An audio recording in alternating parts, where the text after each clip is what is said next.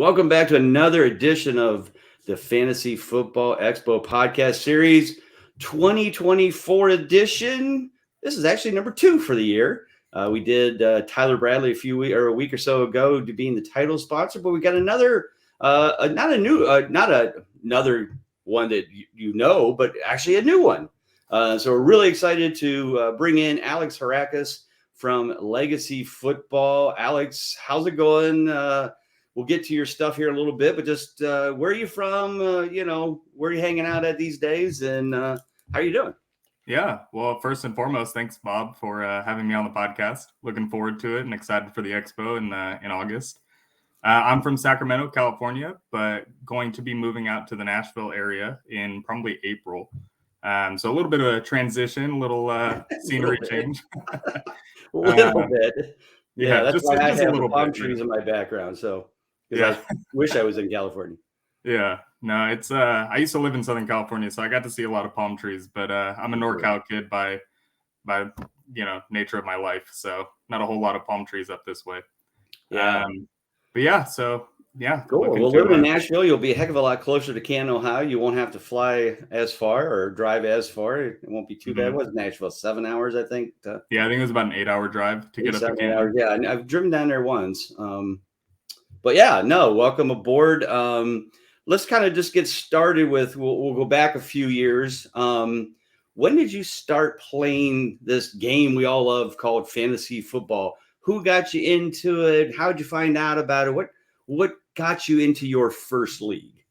So I started playing fantasy football in a work league when I was working at Best Buy back in 2011. So I had recently graduated high school. My sport playing days were over, and a couple of my friends at work were starting a fantasy league. I was like, okay, I've never even heard of fantasy football. Like, this is a super interesting concept. I love watching football. I'm a Raider fan, for better or worse. Okay, yeah. So, it was not the greatest era for us to, be watching. So I figured, if there's an opportunity for me to watch the sport that I love in a better way, instead of screaming at my TV for Denarius Moore and Darius Hayward-Bay to stop dropping passes, I jumped on the opportunity for it. So 2011 was the first year I ever played. I got the second overall pick, drafted Ray Rice, and the rest is history. Fell in love with it at that point, and haven't played in only one league since. Nice. You said you were done with your playing days. Did you actually play high school football? I did not play high school football. Oh, okay. I was a wrestler. Okay. I played rugby one season. Always loved football as a fan, but for me, with wrestling season, it was a 12-month season for me. I'm sure. I was always doing camps or wrestling in club seasons. So never had the opportunity to play football. A pretty tough sport. I mean, it certainly ranks up there with football as being a very tough and gritty sport. So good for you on that. So you started playing 2011. You said you got into this thing. Now we're coming into 2024. Or when did you, in the back of your head, start thinking about this legacy football? And then maybe if you want to, what brought it to this point, and then what you're doing about it as part of this new game product, league management called Legacy Football. Yeah, of course. So my fantasy playing career started in 2011, and a couple years in, friends and I had started learning about what dynasty leagues were. And where it's kind of more like Madden in a sense. Like, I'm a huge video game guy. I love Madden. Played literally every single Madden since I was a kid on PS2. And getting to draft your team and build your roster, make all these trades, and then look into the next seasons, who you're going to draft and who you're going to develop, free agency and all that. So I love the concept of dynasty. And we started doing all of our research on it, seeing, what the different formats were. We were still playing in a standard, not even PPR league at this point. No decimal scoring, just straight, you got to get 10 yards to get that point. So, we started looking into it and started learning a little bit more about what it could be. And then I started thinking, okay, if we're building these dynasties and we're really building something for long term, rather than it just being a redraft league, what can we do to add a little more oomph to the platform? Not platform in a way that we're creating a platform now, but platform in a way of like our league. So we started playing around with some concepts, and I came up with the idea of legacy scoring. which doesn't affect weekly matchups. So you don't have to play in standard. That's long gone. Right. Standard is no longer the standard. But what legacy scoring does is it awards teams for achieving success throughout their careers.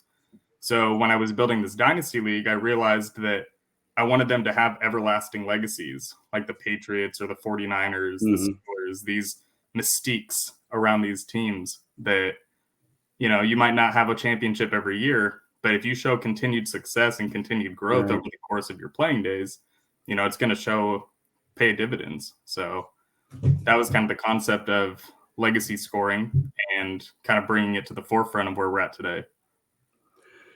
As somebody I was just discussing this last night. So I was at a surprise birthday party for one of my best friends. We've known each other since we were 12. He was one of the original guys in the league that we created. And this year will be our 40th anniversary of the league.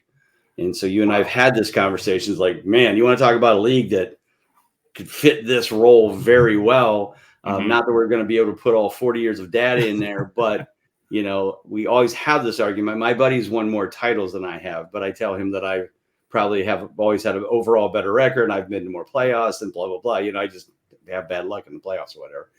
So there's this ongoing argument. So this to me would be like, okay, there's the numbers. I'm better than you overall over, these number of years. I think we do have back to 2010 under ESPN. So I said, hopefully, as you create this, we talked about loading in all the data from the history of our league and ESPN, even just to go back, 13, 14 years just to see, okay, who's been, I think it's a really cool concept. I think everybody's going to be very excited about that when they come and see that. I mean, talk a little bit more about it, because some of the cool things you have in there is like you're giving like little awards away for, best top scoring by week, number of playoffs made. I mean, there's more than just did you win a title or did you have a better record or score more points. There's a lot of little individual things that all kind of add up into this legacy score, which I think is super cool. Talk a little bit more about you don't have to get into every single one of them, but just talk a little bit more about the various little trophies and icons and stuff that you can get and add to your trophy case to build this legacy. Yeah, well, to your point exactly, you might not have the most championships in the league, but your friend that has 7 championships might only have 8 playoff appearances. Right. Whereas over that 40 years, you might have 30 playoff appearances and only 5 championships. So I don't think it's that many, but it's a lot. Yeah. But so the idea behind legacy scoring is that we take regular season, postseason, and career success and categorize each one individually. And in each of those categories, there's 18 specific trophies for each one. Earning high points of the week, if you're the highest scoring team each week, that earns legacy points for both the regular season and the postseason. You get a 25-point win, a 50-point win. Those all earn legacy points. Nice. So there's opportunities to earn points weekly. And then we also have, season-long things such as having a winning record, making the postseason, having a 10-win season. Because, if you go 10-14, that's a pretty solid season. So you get extra points for that. Right. Earning yourself a bye in the playoffs, being one of those top seeds, whether it's the number 1 seed or if your team plays with an even number and, even number of playoff teams, you get a bye for the 2 seed. Championship, second place, third place, each win in the postseason earns legacy points just because wins are so hard to come by in the postseason. Right. And then we also have your career accolades. So even if you've not had successful seasons to earn a winning record or to earn a 10-win season, or maybe you didn't even have a 25-point win throughout the season, you're still earning legacy points for every one of those tiers that you accomplish in your career, because there's career wins, there's career points scored, there's career touchdowns scored for both the regular season and the postseason. And each one of those have a different tier. So when you hit 1,000 points, when you hit 2,000, when you hit 5,000, when you hit 10,000, and I think it goes up to about 35,000 or 70,000, one of the two. I did the math on it because initially when we started so long ago, some of these trophies, I loved the idea of, score 100,000 points. That's a massive number. Then I did the math on it on a career average, and it's like, yeah, you'd have to play 110 seasons. It's just not realistic. So. Well, I mean, I'm at 40, but I'm not sure I'm going to make it to 110. Yeah. So when I started making this for the actual platform, instead of it just being for our home league, I really had to do a lot of deep diving, and I took averages from all the leagues that I play in, whether it's half PPR, full PPR, super flex, just try to get an average to see how long it would take the average team based on our scoring metrics. So it's a lot more dialed in now than it was. I'll say that. That's good. But yeah, the idea is, just everything you do, will build onto your legacy, and the opportunity to score points weekly keeps people engaged, even if they have a 4-10 record rather than a 10-4 record.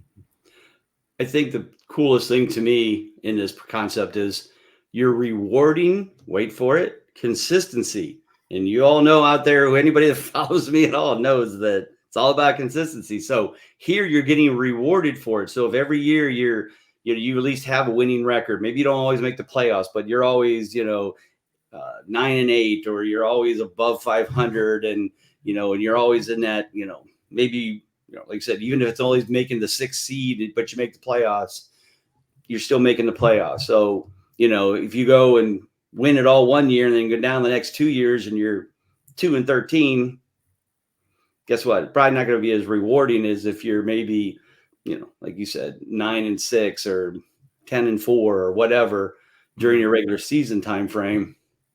And so rewarding consistency, surely something I applaud greatly, as you all know. So, all right, so let's take that. You've created this legacy football.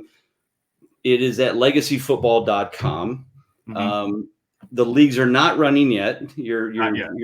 But you're hoping by August, when we're ready to kick off the expo, you will be there. You will have a VIP booth, which we're excited to have you be a part of that.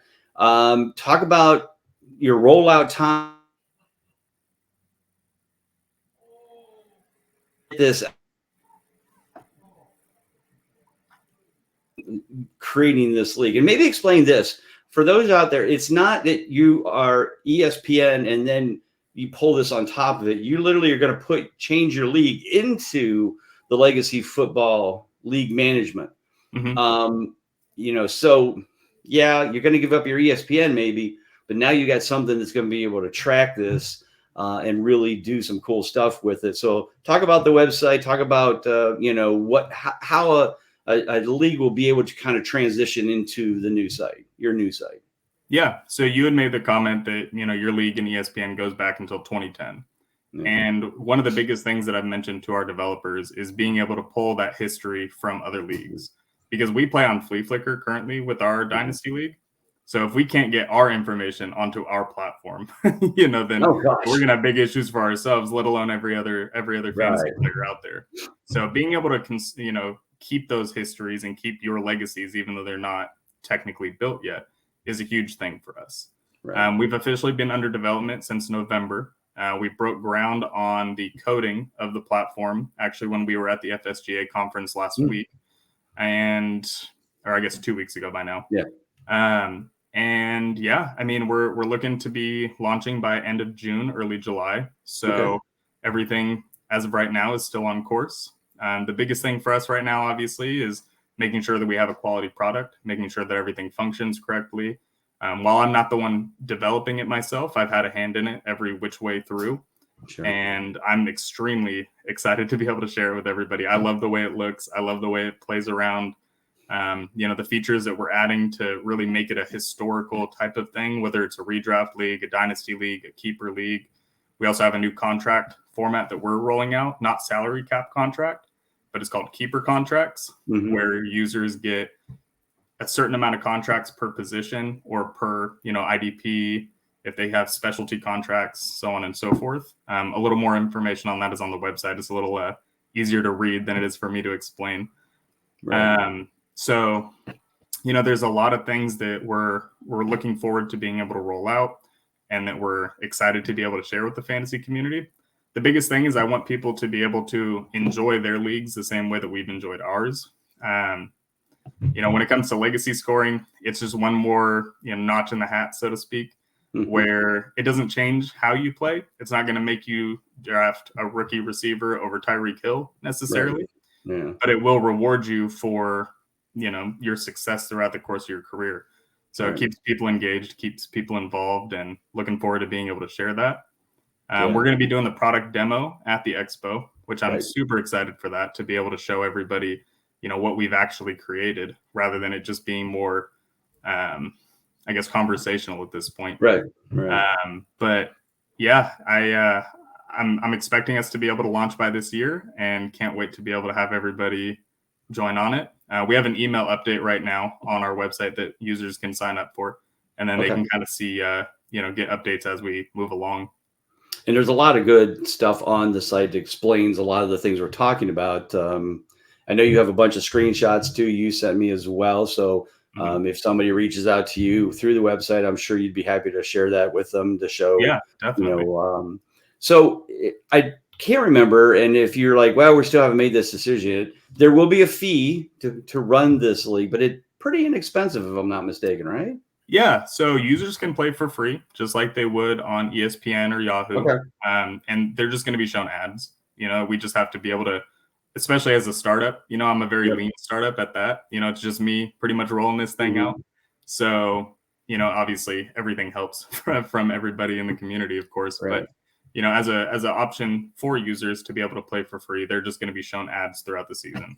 Then we do have an ad-free version where you get one league being shown, premium content and ad-free for $15 per season, or for all of your not per person, just $15 total. Well, per person, yeah, because it's okay, all right, just wanted to be sure. Yeah, so if you play in a 10-team league, if every single person in your league won it, it'd be $150. But yeah, it's just a user by user basis. You don't have to do it for the whole league. I know some platforms do, where some people might be willing to, some people might not be, but then they get kind of, it's going into with your league fee kind of thing. Yeah. So giving users the option, to be able to play for free and still get the same experience. Or if you don't want the ads and you want to see a little more premium content, $15 or $30, it's a pretty manageable, budget in there. Just save yourself 2 cups of coffee from Starbucks and you can afford to play for the season. Right. So, and then, yeah. So you've gotten that far, you've got this all ready to go. So what brought the expo to your attention? Like, this sounds like a cool thing I need to go to show off this new product. And of course I know you came to me and I remember how you heard about me, but tell the people the story of, kind of how you found out about the expo and then, reaching out to me to kind of get involved for 2024. Yeah, of course. So I've always been a huge fan of fantasy sports, since I started playing. And then when I finally decided that I was going to create my own platform and really try to get into this industry as more than just a fan, I started researching and just doing Google searches. And I came across the Fantasy Football Expo last summer, actually. I think last summer it was August 10th to the 13th, if I'm not mistaken, or 11th to the 13th. To the 12th, something. Yeah. And I saw it there and I was like, oh, that'd be awesome to go to. But by that point, it was already like end of July when I found it, when I stumbled across it. So I was like, okay, well, I'm putting this on my whiteboard. You can see it back there. It's got plenty of stuff on it. But I told myself, if we can get the legacy football platform close to up and running and, get everything dialed in, then I would love to be at it. I would love to be able to, showcase what we're building. Right. So I reached out to you, I think, not shortly after, but I reached out to you this past year, and then we've been obviously talking and in communications. And I'm super excited to be able to join the expo and, meet more people in the fantasy community, going to the FSGA, the Fantasy Sports and Gaming Association in, the couple weeks ago. Yeah, right. That was really cool to be able to mingle and meet a lot of the people in the industry. Right. But now being able to showcase it in front of the users and get in touch with a lot of the fans of these teams, especially at the Hall of Fame, that's a dream come true. I've always wanted to go to the Hall of Fame, never made it out to Canton. So kind of killing 2 birds with 1 stone. So definitely. So now you're coming, you got a VIP booth, you got this product demo you're going to do. What should people expect from your booth? What will they be able to do? Talk to you, see demos, whatever. What is your kind of plan for you and your team at the expo this year? Yeah, so we'll have the booth. Looking forward to meeting a lot of people, obviously. Still working out a lot of the swag bag and the logistics of it. I'm a rookie when it comes to running a booth at a convention kind of thing. Most people are. Yeah. In a couple of years, you'll be a regular. You'll be telling people how to do it. You'll be like, oh, yeah. Yeah, for sure. I definitely plan on coming back, so, at the time being, I'm still kind of working through a lot of that. I know that I'm going to be bringing 3 of our founding members of this same league, 2 of my best friends and my brother-in-law, who have been in the league since we started it back in 2015, who have had a major hand in building out the platform, major hand in creating the structure of it. So being able to, meet a lot of people. If they have any questions about it, you're not just going to be hearing it from me. You're going to hear it from 3 other guys that have been in this league just as long as I have and have had their fingerprints all over this thing just as much as I have. So being able to, bring out that kind of experience with this, if people have any questions about it, obviously we're going to be more than happy to answer them. But we'll be doing some giveaways, I'm sure. We'll be doing some, promotional stuff as well. Exactly what those are going to look like yet, I'm not sure, because I'm still working on a lot of that kind of stuff. But, it's still February. Yeah, but for the most part, fan engagement is the biggest reason why I'm building out this platform to begin with. So to be able to reach out to so many people in a context of them wanting to learn about fantasy and wanting to see what's new in the fantasy experience, we're definitely looking forward to the opportunity for that. Love it. All right. Well, tell everybody, thank you again for coming on the show. Really excited to meet you in person here back in mid-February at the FSGA. Really excited for you to come to the expo. It's always loved having the new people with new products, new ideas. And this is one I'm all behind because I'm all about the lifetime, especially like I said, we're celebrating our 40th year. So that's super cool stuff. So tell everybody where they can find you on Twitter and the website and in Instagram, whatever you're on social media wise, and then we'll take it out from there. Yeah, of course. Our Legacy Football Twitter is at @DraftYourLegacy. My personal one is Alex_LegacyFF or FB, one of the two. Sorry, I'm still learning how to use everything. So I've never been much of a social media kind of guy. But otherwise, you can find me at Alex@legacyfootball.com. If anybody wants to reach out and has any questions about it, feel free to use my email. Otherwise, the legacyfootball.com website. To your point, it's not up and running just yet. It's kind of just a landing page, but it has a lot of information there, and we'll be rolling out stuff as soon as we get it ready. So when, as you mentioned, you can put in your email in there, get updates as they get updates. So that's super cool. So everybody make sure you do that. So for the Fantasy Football Expo podcast, I'm Bob Lung. That was Alex Harakas from Legacy Football. We appreciate having everybody. Take care. As soon as I hit this button, you're going to see all of the social medias for the Fantasy Football Expo as well. Don't forget to get your tickets soon so you can get your hotel, get into the DoubleTree with all of us and hang out. We're looking forward to another great year. So take care. God bless. We'll talk to you.